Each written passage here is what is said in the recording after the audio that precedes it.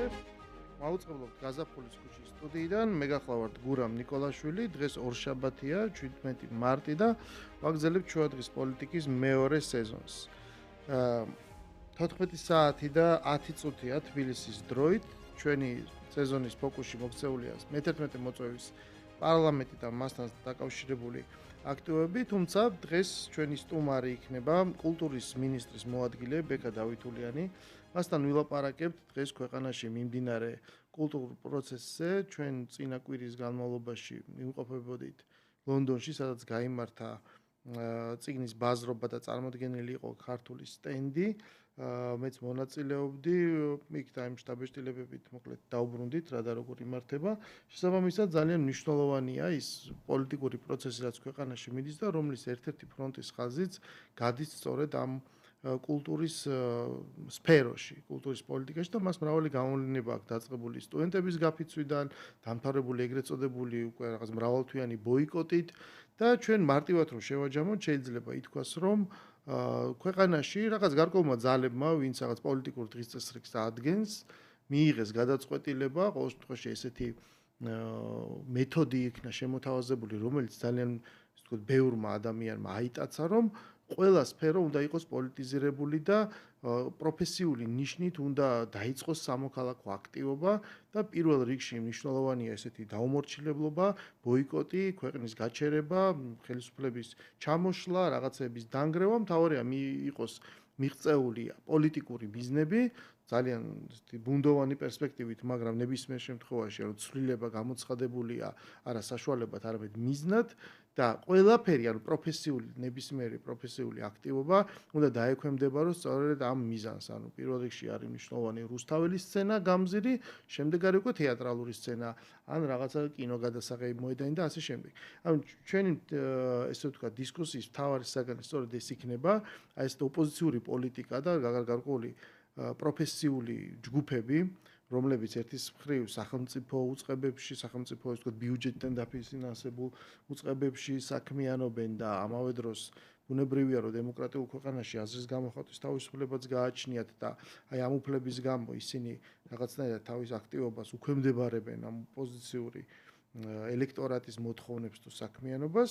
რამდენად შედეგიანია ეს პოლიტიკა, ეს არის ძალიან საინტერესო და სწორედ ამაზე ვილაპარაკებთ.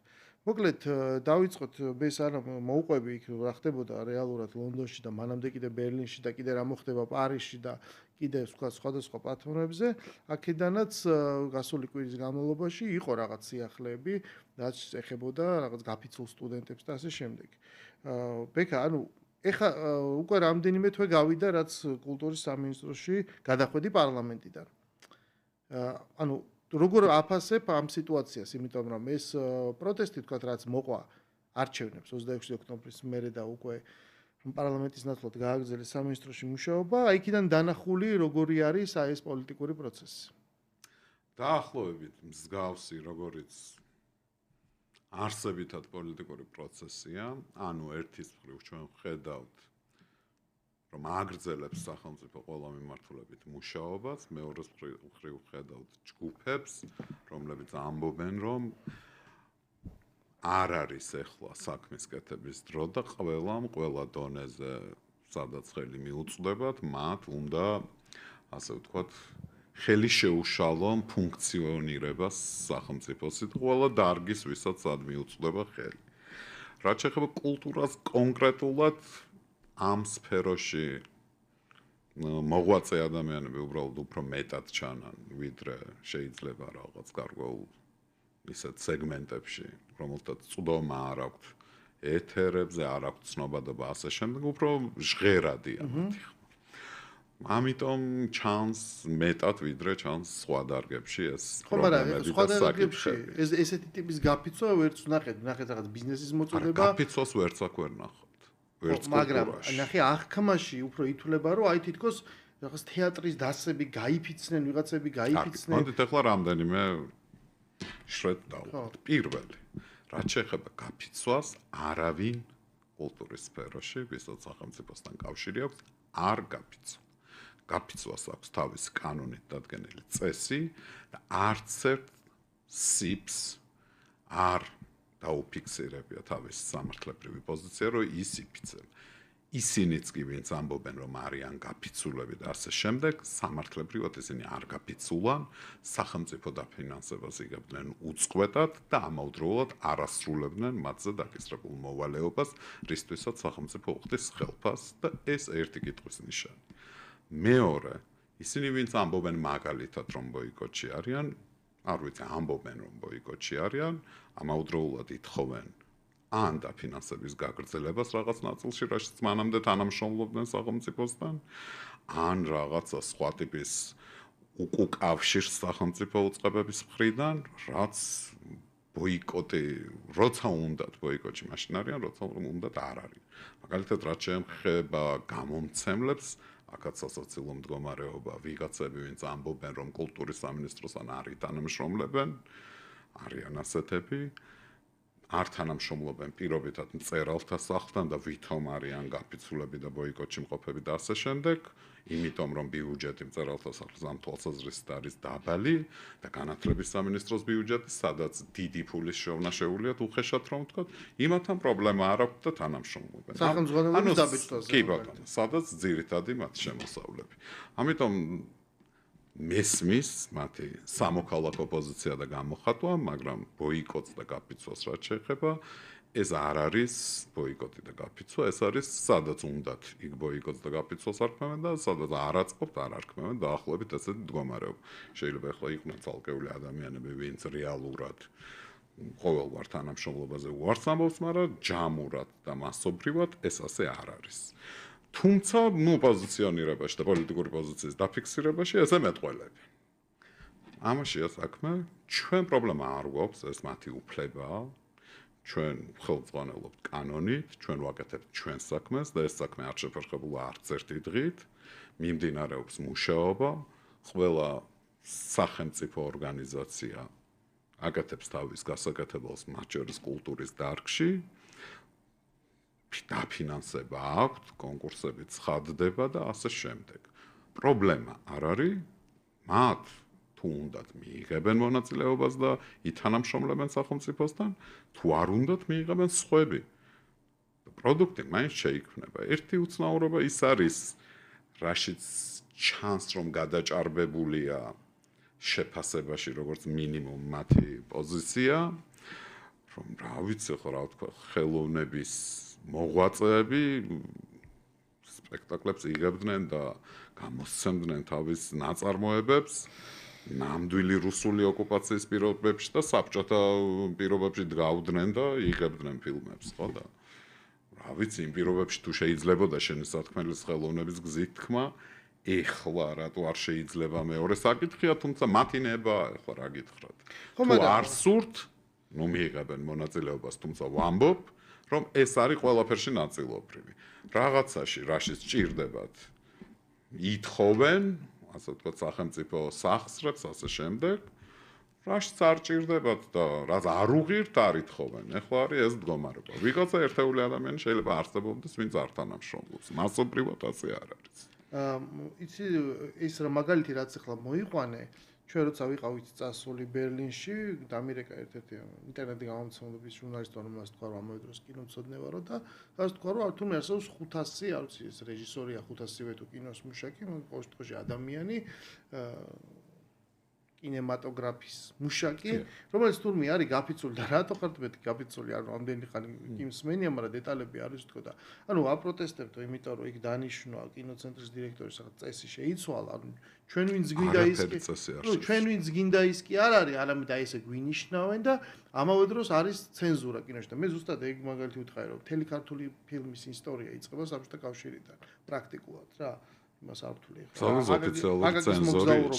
სადაც ნუ აი საბჭოთა კავშირი და დღეს რუსეთში არ გინდათ და საბჭოთა კავშირში მიგვათრევთ ეს ყველაფერი რო ხდება მეთქი აი აქ იქნებოდა ეს ყველაფერი ხო და აი ძალიან უცნაურია ესეთი დამოკიდებულება რომ შენ ხომ გაქვს საშუალება და ვიტმენს ეს ხელისუფლება უკვე 12 წელია და მეტია რაც ხელისუფლებაშია და ეს ყოველწლიურად იყო ამის საშუალება რომ შენ საბჭოთა კავშირის დროს ახერხებდა ადამიანი რაღაც გაკეთებას თუ მიგაჩნია და დღეს სხვა ამ განცხადებას ვისმენთ რომ აი ეს ხელისუფლება არის რუსული და თუ მიგაჩნია რომ ოკუპაციის პირობებში ცხოვრობ და ის ხო გაქვს ამის მაგალითი როგორ უნდა იმუშაო და ამის ნაცვლად არა, ნუ არ იღებენ ამ რეალობას, ესე ამბობენ.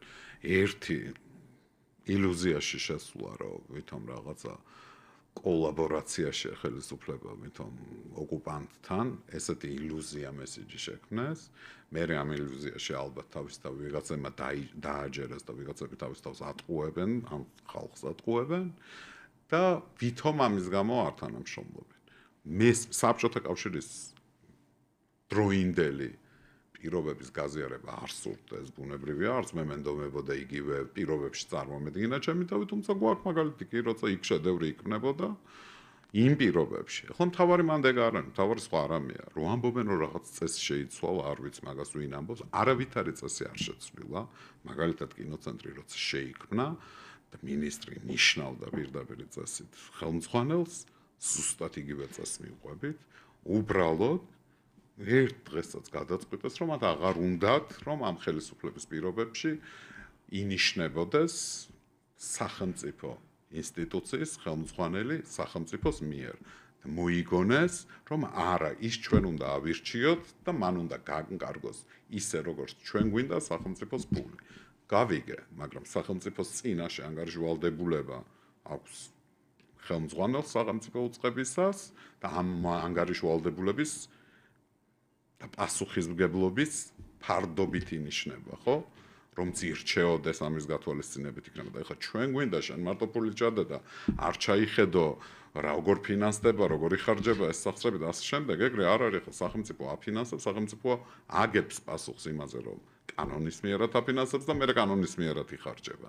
შესაბამისად, როცა ფულს გასცემს სახელმწიფო ფონდი, სახელმწიფო ვალდებულია, რომ გაყვეს ბოლომდე, მიიღოს ერთის მხრივ პროდუქტი ამ თანხის შესაბამისი და მეორეს მხრივ მენეჯმენტი იყოს კვალიფიციური იმისთვის, რომ ეს ყველაფერი განიკარგოს კანონის მიერად და არ არის ეგრე. ამიტომ ეგეც გამოგონილია, ვითომ და მერე შეიცვალა რამე. არაფერი არ შეცვლილა. უბრალოდ ერთ დღეს გადაწყვიტეს, რომ უნდა იყვნენ ოპოზიციაში და აღარ მოეწონათ ის წესი, რომელიც დაარსების დღიდან არსებობდა. არასდროს სხვა წესს არ უმოქმედია. სანამ მათ მიაჩნდათ, რომ მათიანი ამ გაფიცულებს გულისხმობ, იყო ხელმძღვანელი, არ ქონდათ პრობლემა და როცა ჩათვალეს, რომ მათიანი აღარ არის, მერე გაუჩნდათ პრობლემა. მეტი არაფერი. ხო, მაგრამ ესე იგი აი ამ ბოლოდროინდელ მოვლენებმა ითამაშა სერიოზული ტესტის ფუნქცია, იმიტომ რომ მანამდე თუ ყოველთვის იყო, ესე ვთქვათ, აი თანამშრომლობა ეგრეთ წოდებული ინტელიგენციასთან, რომელიც აღჭურვილდებოდა საბჭოთა კავშირის დროს არის ეს ფენომენი, ეს ტერმინი ძირითადად განმარტებით ლექსიკონშიც კი ძირითადი რეფერენცი საბჭოთა ეპოქაზეა და საბჭოთა მოწყობაზე, სისტემაზე, ხო, ინტელიგენციის იყო სამეცნიერო ინტელიგენცია, შემოქმედებითი, ამას თავისი ადგილი ჰქონდა საზოგადოებაში და მაგას ამ რბილ ძალად მაშინდელი ხელისუფლება ბუნებრივია იყენებდა, ხო, საზოგადოებასთან ურთიერთობაში. თითქოს საბჭოთა კავშირი დაინგრა, მაგრამ ეს ჩვევები დარჩა. ამიტომაც შემიძლია დაგეთანხმო, რომ აი თეატრის მუშაკს გააჩნია მეტი, შეიძლება საერთოდ ცნობი იყოს ვიღაცა და ზოგიერთი ხამ პროტესტებზე პირველად დავინახეთ, ხო, მაგრამ გააჩნდეს მეტი, იმიტომ რომ აწერია, რომ აი მსახიობი, ვიდრე ადამიანი რო არის თქო ინჟინერი. ცნობადობა შეიძლება მეტი გააჩნდეს და ამიტომ მას სხვანაირად უსმენენ. მე ყოველ შემთხვევაში სულ კითხულობ ხოლმე, რომ აი ეხლა რას ფიქრობენ? ამ ბოლოდროინდელ მოვლენებმა გააკეთეს ტესტი, რომ წლების განმავლობაში სულ იყო ლაპარაკი აი პრეფერენციაზე, რომ აი ის ვისისტი არის ესა თუ ის ცნობილი ადამიანი, ხო? აი იმისტია და მე მიდიოდა, იმიტომ რომ იმან აქ ესეთი რაღაცა თქვა და რაღაცა სუბიექტური დამოკიდებულებები იყო. მაგრამ ადამიანი მუშაობდა სადღაც და მე გამოხატავდა თავის აზრს. ოღონდ აი ხა ამ მოვლენების დროს აღმოჩნდა, რომ როდესაც რის თქმა ახსნა მინდა მე რომ სად გადის აი ეს წყალგამყოფი, რომ რაღაც მომენტში რას თქვი შესავალში ამ თავის პროფესიული ჩარჩოდან გამოვიდნენ და ეს პროფესია უბრალოდ პარალელურად კი არა რომ მე ჩემს საქმეს ვაკეთებ და ამავე დროს ჩემი აზრიც გამაჩნია. არა, მათ უარი თქვეს თავისი პროფესიული მოვალეობის განხორციელებაზე და მთლიანად დაუქვემდებარეს ეს, ანუ პრაქტიკულად ამბობენ რომ გახდნენ დისიდენტები, თუმცა აი დაათაშგასში ცნობილი ფრაზა რო არის, ამას დიდი გამოცდა მოუწევს, ხა რამდენად შეიძლება აი ამ ცდარ ნაბიჯს რო გადადგა, მე ან უკან უნდა დაიხიო და თქვა რომ ეს შეცდომა არის და ჩვენ გვინახავს, ხო, მაგალითად ჟურნალისტები პოლიტიკაში წასული და მეორე დღესვე უკან გამოგწეულები. ხვდებია რომ ეს მათი ადგილი არ არის. ან უკან უნდა დაიხიო, ან ამ შეცდომას შეიძლება გაჯიუტდე და ეს პრაქტიკულად კარიერა შეწირო, იმიტომ რომ ჩვენ გვესმის მთელი რიგი სფეროები, ეს დგას უბრალოდ სახელმწიფოზე. პირველ რიგში კინო, ხო, ამ სხვა დაფინანსება. პრაქტიკულად არ არის. თან ამ ქვეყანაში ეს საბჭოთა კავშირი აღარ არის, მოდიოდეს უამრავი ფული. და ეს შეზღუდული მოცემულობა ამ პოლიტიკურმა პროცესს მაჩვენა, რომ ყველაფერი გაერთიანდა რაღაცა უკვე წარმოსახვით რუსთაველზე, სადაც შენ დგახარ და ყველაფრის მიმართ გაქვს ეს ბოიკოტი და მიუღებლობა. აი ამ რაღაც საკუთარი პროფესიული მოვალეობის შესრულების ფასადები. მე სულ ვეკითხები ხოლმე რა, აი ვისაც ვიცნობ, ან ხოლმე ადამიანებს ვისაც შეიძლება გავს ადამიანებს იცნობდნენ რომ ანუ როდემდე, იმიტომ რომ ამას თან ემატება ქვეყნის შიგნით მიმდინარე პროცესი და ქვეყნის გარეთაც ძალიან საინტერესოდ მიმდინარე პროცესი, ანუ გლობალურ პოლიტიკაში უამრავი რამ, ანუ თავდაყირა ამოტრიალ და რასაც ბუნებრივია რომ აქ განწყობაზე აქვს ზემოქმედება. ანუ თუ გაქვს შენ რაღაცნაირად შეგრძნება ან რაღაცა ეკოსავით გამოძახილი, რას ფიქრობენ ეს ადამიანები და რისი მოლოდინი გაქვს, რომ ვიღაცები მიხვდებიან, რომ ეს უბრალოდ შეცდომა არის, რომ პოლიტიკის საქმე არის და შენ როგორც მოქალაქეს თუნდაც შენი არჩევნებში სხვადასხვა აქტივობებით რაღაცა გამოხატვის გარკვეული ზღვარი გაქვს და ამას არ უნდა შეწირო ყველაფერი, თუ შენი აზრით, ანუ ეს რაღაცა ერთგვარ სექტად ჩამოყალიბდება და რას მივიღებთ ჩვენ რაღაცა პროფესია დაკარგულ ადამიანებს? მოდი ორ ნაწილად გავუყოთ პასუხი. პირველი, რაც შეეხება იმ ნაწილს, ვინ გაჯიუტდება შეცდომაში, ვინი თანამშრომლობს და ასე შემდეგ. პირველი, ჩვენ გვაქვს დადგენილი წესები, კანონით დადგენილი, შესაბამისად, თუ ვინმე მონაწილეობს ან კონკურსში, ან ითხოვს თანამშრომლობას გადის კომისიაზე ასე შემდეგ, ჩვენ ვართ ღია და არავისთან პრობლემა არ გვაქვს. თუ ადამიანთა რაღაც ჯგუფი, ხელოვანთა რაღაც ჯგუფი ჩათვლის, რომ მან არ უნდა ითანამშრომლოს სახელმწიფოსთან არავითარ შემთხვევაში, ესეც მათი ნება, ეს ქვეყანა თავისუფალია, შეუძლიათ კერძო სახსრები იშოვონ და კერძო სახსრებით აკეთონ ის თავისი საქმე. არის რაღაც საქმეები გეთანხმებით, სადაც სახელმწიფოს მონაწილეობის გარშე პრაქტიკულად წარმოუდგენელია. აკრძალული არ არის. არა, ხო, ნუ როცა ამბობ რომ მე სახელმწიფოს დახმარებით ფილმს არ გადავიღებ, ვინც გადაიღებს მე იმას დავაფინანსებ და წავიდეს და კერძო სახსრებით ხო დამოუკიდებლად არსებობს თავისუფლება ამ ქვეყანაში და დამოუკიდებლად გადაიღოს ფილმი თუ უნდა. არავინ ამას არ უშლის. პირიქით გაგვიხარდება თუ ვინმე სახელმწიფო სახსრებს დაინდობს და სხვა ფონდებიდან მოიზიდავს თანხებს. ეს მათი არჩევანია და მათი უფლებაა. ჩვენ პარტიებს ვწევთ მათ არჩევანს, როგორც უნდათ, ისე მოიქცნენ. მაგრამ ხო რა შეეხება მეორე ნაწილს, რატო გახდა ეს ესეთი მწვავე, ხო ეს საკითხი. იყო თავიდან რაღაც გამაღიზიანებლები, რომლებიც გლობალურ პოლიტიკას არ ეხებოდა შეიძლება, თუმცა იმ გლობალური პოლიტიკური ასე ვთქვათ, სამყაროს გარდაქმნის ფონზე, სანამ გააცნობიერებდა ეს ხალხი რაშია საქმე, რაღაცნაირად ჩაითვალა, რომ ხელისუფლება არასწორად იქცევა, ის მესეჯი ბოქს ყველას გვახსოვს, რომ აი რუსეთს უწვევით და რაღაცები და უცებ გადავიდნენ რადიკალურ ოპოზიციურ ნარატივზე დიდი ნაწილი კი მათ შორის შემოქმედებითი ადამიანების. უბრალოდ ბოლო სერიაში აღმოჩნდა, რომ რასაც ჩვენ ვამბობდით, ის არის მართალი და ეს სიმართლე დადასტურდა თავისუფალი სამყაროს მთავარი პლატფორმიდან, რასაც ქვია ამერიკის შეერთებული შტატები და სახელმწიფო დეპარტამენტი და პრეზიდენტის ოვალური კაბინეტი, აი ამ სიმაღლეებიდან. მერე ცოტა ხანი იყო მცდელობა, რომ ტრამპისთვისაც პუტინის რაღაც აქტივი დაეძახებინათ, მაგრამ ნუ ეს იმდენად არასერიოზული იყო, ამას უკვე ხალხი აღარ აყვა.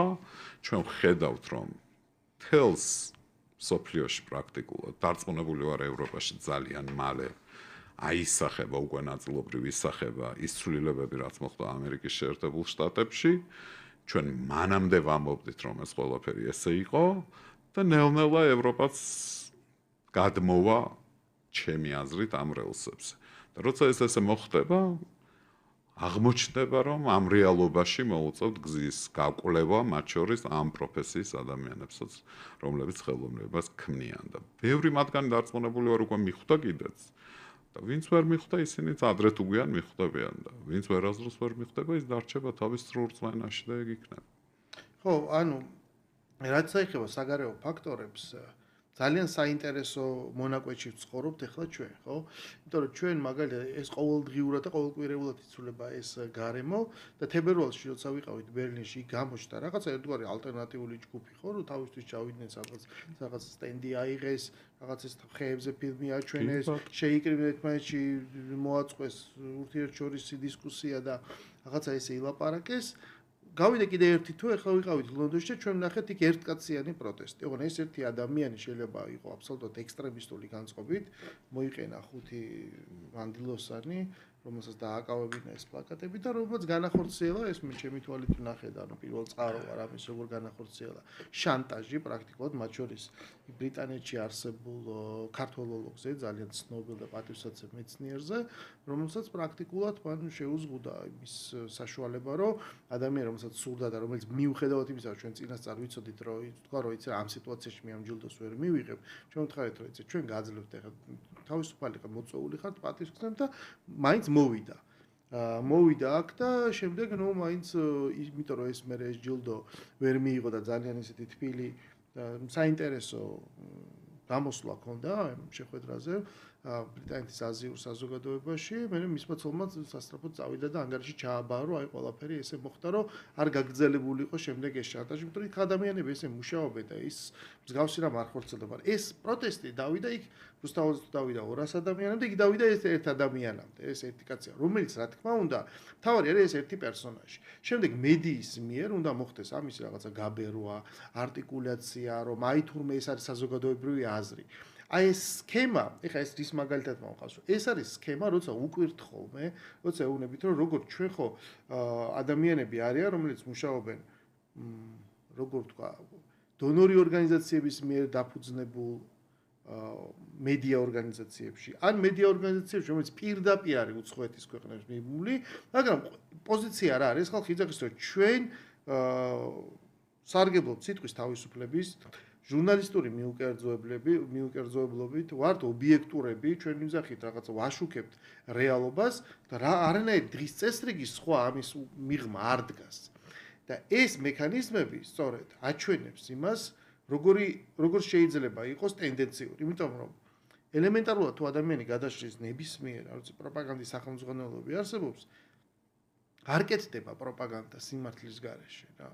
ანუ შენ უბრალოდ აძლევ ამას რაღაცა ვექტორს, შენ ქმნი გარკვეულ ჩარჩოს, ინტერპრეტირებ სიმართლეს საშუალებას. გარკვეულ რომელიღაცა ინფანტილური და რო არ ფიქრობს იმის უკან ინტერესებზე და შეიძლება თავისი, თქვათ, რადიო თავისუფლებაში მუშაობს, თავისი ვიკიპედიის გვერდიც არ გაუხსნი არასოდეს და არ წაუკითხავს ისტორია, საიდან დაიწყო ეს ყველაფერი, რეალურად რა ორგანიზაციაში მუშაობ, ხო?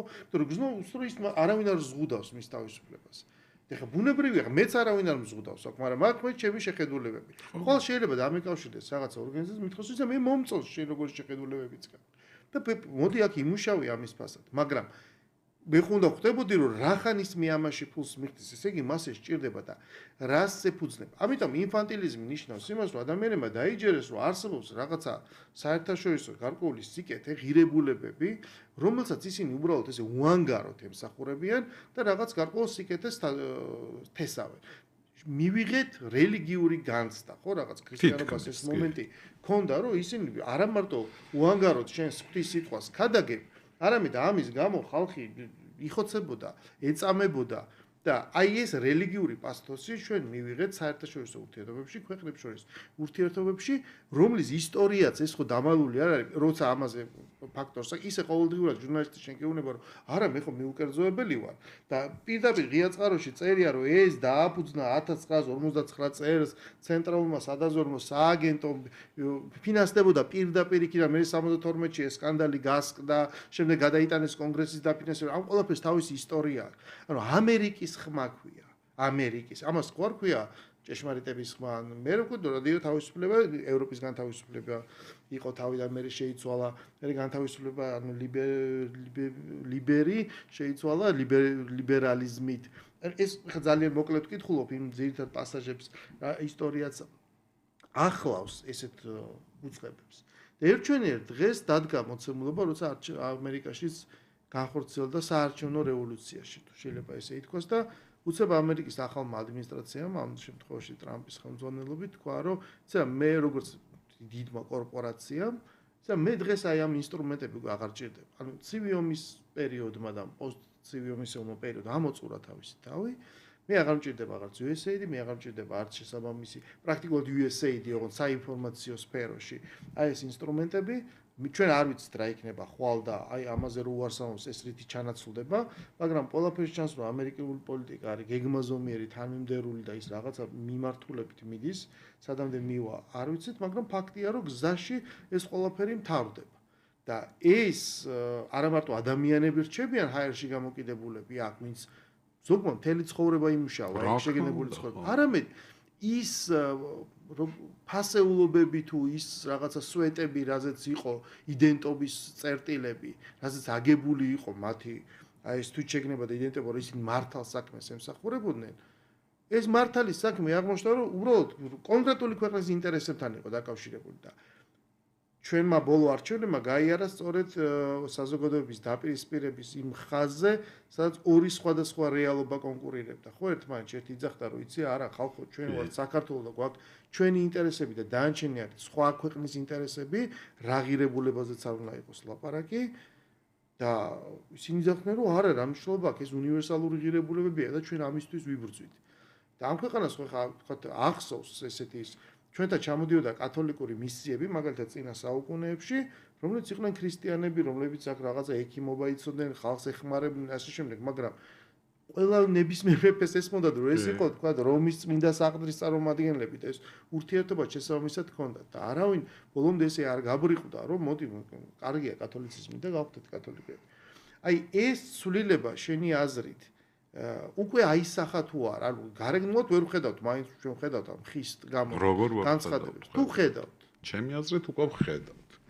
ხო, რა თქმა უნდა, ახლა ყველასთვის გასაგებია, რომ კი ღირებულებებზე იყო დაფუძნებული ამერიკული საგარეო პოლიტიკა, რომლის ქვეშაც აწყობილი იყო მთელი ეს ინფრასტრუქტურა და რომელიც ევროკავშირთან ერთად მართავდა ამ ინფრასტრუქტურას, ცივი ომის დასრულების შემდეგ ეს ინფრასტრუქტურა მიმართული იყო სხვა მხარეს. მე აბსოლუტურად კარგად მესმის იმ ადამიანების, რომლებსაც ეს შიშები აქვთ და ასე ვთქვათ, ემოციურად გამოხატავენ ამ შიშებს, იმიტომ რომ 80-იანი წლებიდან მოყოლებული, როდესაც ჩვენ ვიყავით საბჭოთა კავშირის პირობებში, ჩვენ გვექმნებოდა ერთგვარი დიქოტომია, ხო? ყველაფერი ცუდი ნიშნავს რუსეთს და მოსკოვს, რაც დიდწილად ესეც იყო და ყველაფერი კარგი, ანუ ამის საპირისპირო ხო უნდა გამოგეგონებინა რისკანაც მიისწრაფი, ნიშნავს ამერიკას და დასავლეთს. 80-იანი წლებიდან მოყოლებული ეს ვითარდებოდა, ძლიერდებოდა 90-იანებში, როდესაც უკვე დასავლეთთან რეალური კავშირის შესაძლებლობა მოგვეცა. ეს კიდევ უფრო გააქტიურდა ეს აზრი და ნუ ხო აქსიომა, როდესაც იმპერია იშლება საბჭოთა იმპერიის სახით, პროვინცია დისტანცირებს ცენტრისგან, ხო? და როცა დისტანცირებ და არ გაქვს დამოუკიდებლად ცხოვრების გამოცდილება, დისტანცირებ რაღაცისკენ, ანუ განზიდვას აკეთებ სხვა მიზიდულობის ცენტრისკენ და ეს იყო დასავლეთი და ეს არის სწორი გზა. სწორი გზა თავისთავად, მაგრამ ინსტრუმენტები, რომელიც ღირებული რაღაცას ხო ეფუძნება შენი შეხედულება დასავლეთზე. იმ ინსტრუმენტებში იყო ნამდვილი ღირებულებები კი და დღესაც არის ხო ადამიანის უფლებები, რაღაცა თავისუფლება, გამოხატვის თავისუფლება, ასე შემდეგ, რაც უნივერსალური ფასეულობა ნამდვილად. მაგრამ ხდებოდა ამ ფასეულობების ინსტრუმენტალიზაცია, როგორც ცივი ომის პირობებში და ცივი ომის დასრულების შემდეგ ერთგვარი ექსპანსიის ინსტრუმენტი იყო იდეოლოგიის, ხო? ეგრე ალექსანდრე მაკედონელის ამბობდა დასაპრობოთ რა შედიოდა, რომ განსათავისუფლებლად შედიოდა, ხო? იმ ტერიტორიების და ხალხების, სადაც შედიოდა. იგივეა, ოღონდ უკვე 21 საუკუნეში სახეცვლილი ფორმით წარმოდგენილი, ხო? ეს არის კულტურული და იდეოლოგიური ექსპანსია იმ არეალებში, სადაც გინდა შენი გავლენა განივრცოს. პრობლემა მან სხვა რამეში დადგა, როდესაც ჩემი აზრით, როდესაც ეს იდეოლოგია დარჩა მარტო კონკურენტის გარეშე რეალურად, იდეოლოგიური კონკურენციის გარეშე, მოხდა ამ იდეის გარყვნა. როგორც აბსოლუტური ძალაუფლება ყოფნის, ისე ყოფნის ხო უკონკურენტობა ამ ველზე. და რაღაცნაირად ჩაითვალა, რომ რიგი ისეთი თანმდევი უფლებები უფრო მნიშვნელოვანია მაგალითად, ვიდრე, რა ვიცი, ადამიანის შიმშილით რო კვდება იმის გამოყვების უფლებაზე მეტად. უფრო მნიშვნელოვანია, არ ვიცი, რა ვიცი, რაღაცა ტიპის თავისუფლება, ვიდრე რაღაცა ისეთი ღერძი, როგორც არის შენი კულტურული იდენტობა და ასე შემდეგ. აქ მოხდა ამ იდეების და ამ ღირებულებების დევალვაცია, სწორედ ამის ხარჯზე, რომ ჩემი აზრით გადამლაშებული იყო, იმიტომ რომ კონკურენტი არ ყავდა. მაგრამ ამ რუსეთ-უკრაინის ომით უკვე გაცხადდა, რომ იმიტომ რომ მოხდა აგრესიული ძალის გამოყენება მარია სოფლიოში მეტნაკლებად დავარცხნილი იდეოლოგიური ველი, იქ ჩინეთი გამოჩნდა როგორც იდეოლოგიური კონკურენტი, ნაკლებად, მაგრამ როგორც ეკონომიკური კონკურენტი და ამან კითხვის ნიშნები გააჩინა. ამასობაში ამერიკაშიც როგორც ჩანს ეს განწყობები არსებობდა, ტრამპმა უარყო დღეს არსებული, ისე ვთქვათ, მონოპოლისტი იდეოლოგია და თქვა, რომ ეს არ არის თავისუფლება, ეს არ არის ლიბერალიზმი, ჩვენ სხვა რამე გვინდა და გადაატრიალა ხო რაღაცნაირად უფრო კონსერვატიული იდეები შემოიტანა და აი ამ სწორად შეაფასე რევოლუციის პირობებში ვიღაცები დარჩნენ ძველ რწმენაში, იდეოლოგიურ რწმენას გულისხმობ, იმიტომ რომ საკრალიზებული ჰქონდა, კი. და სახელმწიფო ამას ეხმარებოდა წლების განმავლობაში საკრალიზაციას. ის რომ შრალად გეოპოლიტიკური გათვლებით, ეკონომიკური გათვლებით გემსჯელა რა როდის გაწყობს და რა როდის არ გაწყობს, ამისი სივრცე პრაქტიკულად 90-იანების მერე თითქმის აღარ არსებობდა. იყო საკრალური დასავლეთი, რომელიც ყოველთვის იყო მართალი და იყო დემონიზებული ჩრდილოეთი, რომელიც იყო ყოველთვის მტყუანი. ჩრდილოეთი ეხლაც მტყუანია ჩვენთან, იმიტომ რომ ოკუპირებული აქვს ჩვენი ტერიტორიები, თუმცა მოხდა გაანალიზება, რომ ყველაფერზე თავი უნდა დავიქნიოთ, რასაც არაჩრდილოელები, დასავლელები გვეუბნებიან, აი ყველაფერზე ყოველგვარი განსჯის გარეშე უნდა დავთანხმდეთ.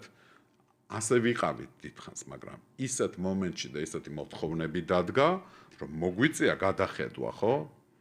გადახედვა და ამ ქვეყნისთვის სასარგებლო ნაბიჯების გადადგმა და გადაწყვეტილებების მიღება. ამან შეარყია ქვეყნის შიგნით იმ საკრალურად ქცეული განცდები და ნუ მერე ეს გადაითარგმნა აგრესიაში, მაგრამ საბოლოო ჯამში ეხლა უკვე რასურად იზის, მე მგონია ძალიან ბევრი ადამიანი დაფიქრდებოდა უკვე, ვისაც თავიდან გაღიზიანება ჰქონდა და მიხვდებოდა, რომ ყველაფერი ესე მარტივად არ იყო რა და პრობლემები არსებობდა, ობიექტური პრობლემები, რომლის ამ გზით გადაწყვეტის გარეშე საქართველოს ძალიან მაღალი უსაფრთხოების რისკები ექნებოდა.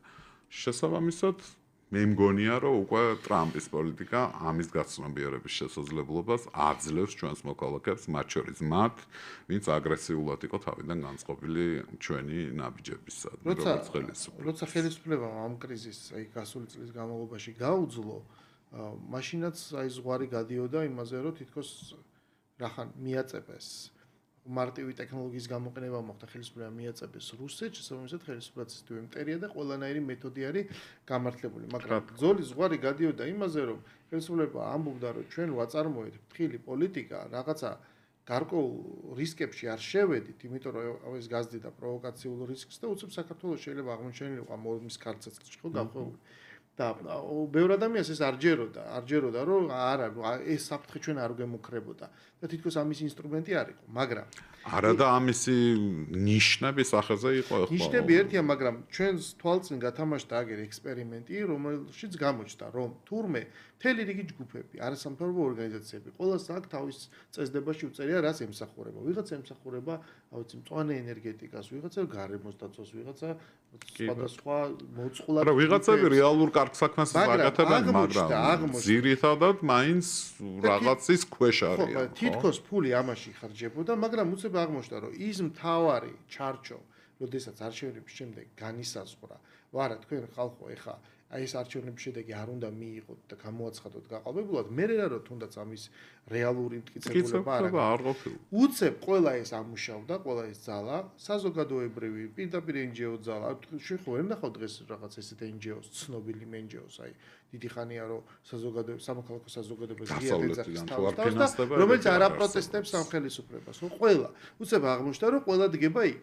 და ანუ ის არქიტექტურა, რაზეც ჩვენ ვლაპარაკობთ, რომ რანაირად გებრძო, აი როგორ შეიძლება გებრძოდეს ადამიანი, რომელიც ამ ქვეყანაში სიკეთეს ემსახურება. და უცებ მათ თვითონვე გამოაჩენს, აი ესე შეიძლება გემსახურებდეს, რომ შენ თუ წამს ამ მედიარებს უცებ გეტყვი რომ კი, მაგრამ ეს ახლა შენ უნდა მათთვის არგუმენტები მაგ მომენტში და მტკიცებულებები იყო მეორე ხარისხოვანი, მათთვის იყო მთავარი. ისინი გეუბნებიან, შენ არ აკეთებ. რახან ისინი გეუბნებიან, ეს ნიშნავს რომ მართალია. რას გეუბნებიანს მნიშვნელობა არ აქვს. რახან გეუბნებიან მართალია, აპრიორი ასე მიაჩნდათ. ამაშია სწორედ პრობლემა ხვდები ამ ინფრასტრუქტურის, რომ შეიძლება ვიღაცას კითხვა უჩნდება და უჩნდებოდა, მაგრამ მაინც ემორჩილებოდა ამ საერთო ნარატივს, მაგრამ მე დარწმუნებული ვარ, უმრავლესობას კითხვა არც გასჩენია. ჩვენ გვინდა იქ, ისინი გვეუბნებიან, რომ მაშინ ესე უნდა მოიქცეთ, უნდა დაუჯეროთ. აი, რაში უჯერებს, სად მიუყვები, რას მომიტანს, ამ მსჯელობაში არც უნდა შეხვიდე, ეს იყო მათი ამოცანა. ამას გეუბნებოდნენ პირდაპირ. ხო, წარმოიდგინე, რამხელა აბსურდზე ვიყავით მისული, რომ ჩინეთთან მემორანდუმის გაფორმებაზე რომ მიდიოდა მუშაობა, ეს არ შეიძლება, ეს დავღუპავს. ევროკავშირის წევრ ქვეყნებს ჰქონდათ გაფორმებული. ჩვენ ვამბობდით, რომ ჩვენც გვინდა, იმიტომ რომ რაღაცნაირად უსაფრთხოების რისკებიც ნაწილობრივ გვეზღვეოდა და მეორეს მხრივ გვეძლეოდა ეკონომიკური პოტენციალი დამატებითი, ეს არ შეიძლება გვეძახეს და ეხლა, როდესაც ტრამპსა და ევროკავშირის მენეჯმენტ შორის რაღაცა გაურკვევლობაა, ძალიან ხმამაღალი განცხადებებია ევროკავშირის მხრიდან. რომ რა ვიცი, აი ჩინეთი შეიძლება იყოს განხილული ალტერნატივა ევროკავშირისთვის. ხო, მაგრამ პარტნიორობაში და ჩვენთვის არ შეიძლება. იმიტომ რომ ისინი ამბობენ. იმიტომ რომ თავარი ის ხო არ არის, ვინ ამბობს, თავარი არის რას ამბობს, ხო? და ამ რასში არავინ არ შედგა. პირიქით. ხო, პირიქით არ არის. იმიტომ რომ შენთან იყო ლაპარაკი ესე, ანუ ესეც ისევე არის საბჭოთა მენტალობა. საბჭოთა კავშირში როგორ იყო, რომ შეხარ პატარა რესპუბლიკა, რომ შეხარ დაქვემდებარებული მოსკოვს, საკავშირო დაქვემდებარების. ანუ მეორე ხარისხოვანი ხარ. შესაბამისად, ერთის მხრივ ის რომ მოხდა მთელი რიგი რაღაც წრეების მხრიდან, აი პირველი რესპუბლიკის გაფეთიშება, რომ ჩვენ ვიყავით მაშინ დამოუკიდებლები, ხო, სამი მქონდა კონსტიტუცია, მაგრამ მაინც ეს მნიშვნელოვანი წერტილია და იდენტობისათვლა მათთვის მაქედან იწყება. მიუხედავად იმისა, რომ შენ აი იბრძოდი ხარ იმ მერაბ კოსტავაზე ზუსტად გამოსახურდიაში თავმოყრილი იბრძვის საქართველოს დამოუკიდებლობისთვის. ამ დროს აღმოჩნდა, რომ მენტალობით ზუსტად იგივენაირად მიილტვი ახალი დამოუკიდებლობისკენ. უბრალოდ ამბობ, რომ ის იყო ბოროტი, ეს არის სიკეთე, მაგრამ უნდა ვიყოთ ამაზე დამოუკიდებელი. რასაც გვეთქვენ ის უნდა გავაკეთოთ, ცალფეხზე უნდა დავდგეთ და საოცარ ისე რომ კიდევ გაჩნდნენ პარტიები, რომლებიც მთელი ცხოვრება ამბობენ, რომ ჩვენ ვართ აი ლიბერალური დემოკრატიის ერთგულები. მაგრამ აი დღეს, როდესაც მივიღეთ ტრამპის ამერიკა და ტრამპის ამერიკა აი ყოველდღიურად, ყოველ საათობრივად შორდება აი ამ რაღაცა იმიტომ რომ მათი მიაჩნიათ რომ მათი ქვეყნის უსაფრთხოება და რაღაც სტრატეგიული მიზნებისთვის სხვა ინსტრუმენტები ახლა უფრო მნიშვნელოვანია და ცილდება ამ ღირებულებებს, ხო, ყოველდღიურად, მათ ამისი მაინც არ ჯერათ და არა, ტრამპის ამერიკას აღიარებენ. რაღაც ნაწილი ხვდება რომ ეს შეუძლებელია და იცი ტრამპი დროებით მოვლენა და ამიტომ ტრამპს გმობენ. მაგრამ ის რომ დამოკიდებული უნდა იყოს შენ, ვინმე არის შენზე ძლიერი ეს არის მნიშვნელოვანი, ანუ ისინი ერთის მხრივ აფეტიშებენ დამოუკიდებლობას, ოღონდ საერთოდ არ ესმით ამის შინაარსი და მეორეს მხრივ იქვე მიილტვიან აი ამ დამოკიდებულებისაკენ. მედიაშიც, აი ცნობილი ჟურნალისტი იყო, ხო, ის მის ძოლი რო არის, ამერიკელის. ეს ამერიკის ხმის ჟურნალისტი ია დამოვიწყდა გვარი. რომელიც ერთ ფრაზაში ჩაატია, ერთ ტვიტში ჩაატია ეს ორი დამოკიდებულება, რომ ჩვენ ვემსახურებოდით თავისუფალ ჟურნალისტიკას და ძალიან სამწუხაროა, რომ დღეს ამერიკა უარს ამბობს რბილი ძალის ესეთ მნიშვნელოვან ინსტრუმენტზე. ანუ ის ახერხებს, რომ რაღაცნაირად თავის თავში მოიაზროს, რომ თან აღიაროს, რომ ეს არის ამერიკული რბილი ძალის ინსტრუმენტი და დასანანია, რომ დღეს ამერიკა ამას უარს იძახის, მაგრამ ამავე დროს იძახის, რომ არა, რა დამოკიდებულება, მე თავისუფალი ვიყავი, არანაირი ცენზურა და არანაირი გამოყენებითობა ჩემ ჟურნალისტიკას არ არის. პოსტსაბჭოთა ადამიანის აზროვნება რა დამოუკიდებლობა ნიშნავს, მხოლოდ რუსეთისგან დამოუკიდებლობას ესე აღიქვამენ. ესია, როდესაც იმპერიაში ცხოვრობდი, იმ ცენტრისგან დისტანცირებით ზომავ შენ დამოუკიდებლობას. სხვა ცენტრმა რომ იგივე ძალით მიგიბას, ამას ვეღარ საზღვრო. თავარია იმისგან იყო დისტანცირებული. თან ახლა ამ ცენტრისგან ესეთი საფრთხები ხო არ მოდის რეალურად ტერიტორიულ ოკუპაციას ხო არ გიკეთებს ეს ცენტრი, ხო? ეს არის რაღაც ღირებულებითი იდეოლოგიური ინტერვენცია. თორე ახლა ჩვენ ტერიტორიების ოკუპაციას არ აპირებს დასავლეთი ნამდვილად.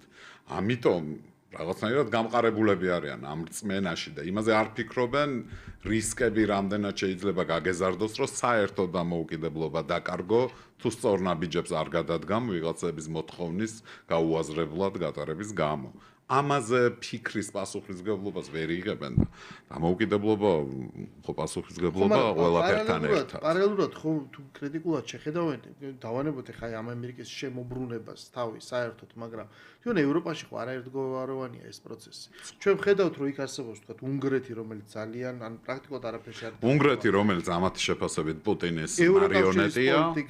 ხედავთ რაღაც განსხვავებული იტალიას, ხედავთ ესპანეთს, ანუ და ამ პირველ რიგში რაც იკვეთება, ეს არის რომ ეს ევროკავშირი არ არის ერთგვაროვანი, შედგება დამოუკიდებელი და ძალიან ტრადიციული სახელმწიფოებისგან, სუვერენული და რაღაცა განსხვავებული ეთნიკური და ეროვნული იდენტობის და მათ გააჩნიათ თავისი ეროვნული ინტერესები, ანუ მათი პოლიტიკა გასაგებია რომ არსებობს საერთო ღირებულებები, მაგრამ რაღაცა მეტნაკლებად წინა პლანზე გამოდის ხომ იცი რა არის ჩვენ ეს როგორც სახელმწიფოს გვაწყობს თუ არ გვაწყობს.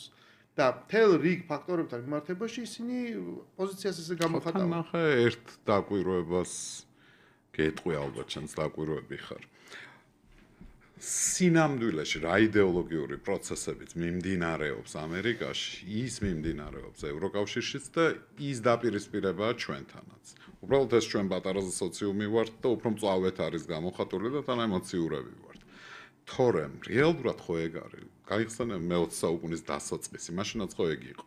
იყო მემარცხენე ახალი იდეოლოგია, იყო მემარჯვენე კაპიტალისტური იდეოლოგია, ძირითადად ყველა ქვეყანაში ეს დაპირისპირებები ხდებოდა და მერე გეოპოლიტიკურად ვისაც რა აწყობდა, იმას ირგებდა, როგორც სამოს, ხო? ისეა ეხლაც. სინამდვილეში ჩვენ რადიკალური ოპოზიცია ვიყავით ამ დაპირისპირებაში, რადიკალური ოპოზიციის იდეოლოგია მოდიოდა წინა ადმინისტრაციის მხრიდან, მოხდა ჩვენ ჯერ დავიკავეთ ჩვენი პოზიციები გავმაგრეთ და ვერ მოერია რადიკალური ოპოზიცია ამ იდეოლოგიის მქონე ხელისუფლებას და ამერიკაში გადანაცვლა პირიქით შეიცვალა ადმინისტრაცია და ეხლა დაახლოებით ჩვენი იდეოლოგიის ტიპის ხალხია იქაც მოსული, ხო? ანუ გაიმარჯვეს ჩვენი რადიკალური ოპოზიციის საწინააღმდეგო მხარემ ამერიკაშიც.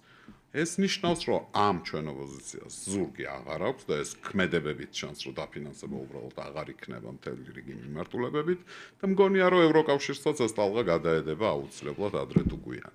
და ჩვენ, გავაგრძელებთ საქმეს, როგორც აქამდე ვაკეთებდით.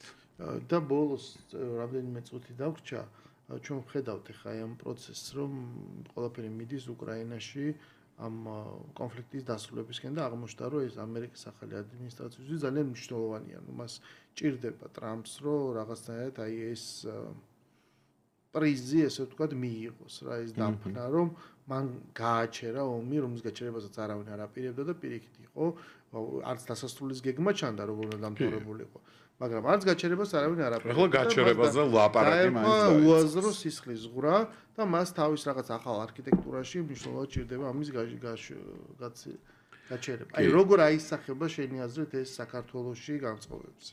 რა ის რომ ცდელობა გაჩერების თუ რეალურად არა ეს თუ გაჩერდება, არა იმიტომ რომ ეს ხო რაღაცნაირად მიბლულია. ღმერთმაქნას გაჩერდეს, ღმერთმაქნას ისე გაჩერდეს, რომ უკრაინამ რაც შეიძლება ნაკლები ზიანი მიიღოს ამ ზავის ხელშეკრულებით, თუმცა, უკრაინაში ომის გაჩერება ცალსახად მგონია რომ საქართველოსზე და ჩვენს რეგიონზე აისახება დადებითად, როგორც მინიმუმ, იმიტომ რომ ზეწოლა მოიხსნება იმისგან, ვისაც ჯერ კიდევ აქვს ამ ზეწოლის სურვილი ერთის მხრივ ჩვენს პოლიტიკურ ისტაბლიშმენტზე და მეორეს მხრივ რაღაცნაირად დაიწყება დალაგება ვის რა პოზიცია უნდა კონდეს რეგიონში. იქ ჩვენ ძალიან ბევრი საზრუნავი გვაქვს, რომ მაქსიმალურად ვიყოთ დაცულები უსაფრთხოების თვალსაზრისით ჩრდილოეთიდან და პერსპექტივა გქონდეს გაღრმავების ურთიერთობის დასავლეთთან.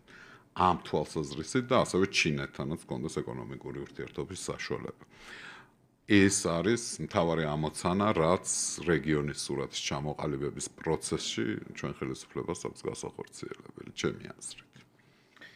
გასაგებია, კი ბატონო, მოკლედ საინტერესო იყო ეს ამ თემებზე დისკუსია და რაღაცა ლაპარაკი, მეც ზუსტად ისეთნაირად მგონია, რომ ყოველდღიურად ეს პროცესი, როგორც იყო სხვათა შორის არჩევნებამდეც ინტერვიუში თქვა ბიძინა ივანიშვილმა, რომ ყველაფერი დამოკიდებულია რა მოხდება უკრაინაში, როგორც კი უკრაინაში ეს პროცესი გაჩერდება და წავა რაღაცა მშვიდობისკენ საქმე, საქართველოსაც აი ეს ნეხი მოიხსნება. მაგრამ ჩვენ ვნახეთ ამერიკის არჩევნების შემდეგ კიდევ უფრო დიდი არქიტექტურის შეცვლა, იმიტომ რომ ეს არ არის მხოლოდ შიდა საქმე რა, ეს USAID-ის დახურვა თუ ამ რაღაცა ამერიკის ხმის დახურვა, ესეც საგარეო პოლიტიკის ნაწილი და ეს ნიშნავს, რომ არა მარტო ცივი ომის დროინდელი, პოსტცივი ომის დროინდელი პერიოდის მთელი არქიტექტურა დღეს არის რაღაცნაირად დანგრეული და მიმდინარეობს უკვე რაღაც ახალი გეოპოლიტიკური სურათის ჩამოყალიბება. ანუ ის ინერციაც კი რაც ჩვენ გვახსოვს, ახლა უკვე ის და 40 წელი იყო ცივი ომი და 40 წელი იყო პოსტცივი ომისეული პერიოდი და ეს ყველაფერი მთლიანად თავდება და ჩვენ შევდივართ ახალ ეპოქაში. გასაგებია რომ ძალიან ბევრ ადამიანს ეს რთულია ამის გაგება, რთულია მე ამის მიღება, რთულია რომ ეს ერთი ხელის მოსვლით, რასაც მიჩვეული ხარ ამაზე. ყოველი ბოდიში ასეთი დიდი გეოპოლიტიკური ცვლილებების დროს პრაქტიკულად ყოველთვის ისტორიაში რამდენიმე გამონაკლისის გარდა ჩვენი ქვეყანა იყო ერთ-ერთი, ვისაც ძალიან მძიმედ გადაჰქონდა ეს.